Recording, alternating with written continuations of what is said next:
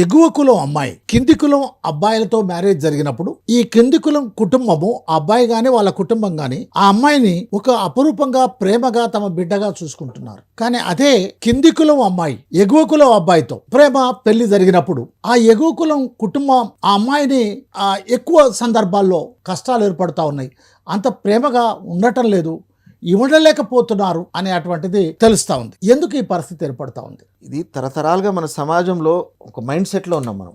ఏంటంటే ఈ వీళ్ళు ఎక్కువ వీళ్ళు తక్కువ, ప్రతి కులం ఎంత తక్కువ కులమైనా మళ్ళీ వాళ్ళకు కూడా కొంత స్వాంతన ఏంటంటే మాకంటే ఇంకా కింద ఉన్నారు, మా దాంట్లో కూడా అడుక్కునే వాళ్ళు ఉన్నారు, లేదా మాకంటే పైన ఈ అంతరాలు ఏదైతే ఉన్నాయో ఈ నిచ్చెన మెట్ల కుల వ్యవస్థ ఏర్పడినప్పటి నుంచి వాళ్ళు ఎక్కువ మేము తక్కువ, లేదా మేము ఎక్కువ వాళ్ళు తక్కువ అనేది ప్రతి ఒక్కరిలో ఎక్కడో దగ్గర ఖచ్చితంగా అది ఉన్నది. దాని ప్రభావంతో ఎక్కువ అంటే పై కులాల నుంచి కింది కులాల వాళ్ళని చేసుకున్నప్పుడు వీళ్ళు కాస్త గౌరవంగా మర్యాదగా చూసుకునే పరిస్థితి ఉండొచ్చు. మీరు అన్నట్టుగా వీళ్ళని బాగా చూసుకుంటున్నారు వీళ్ళు అనేది.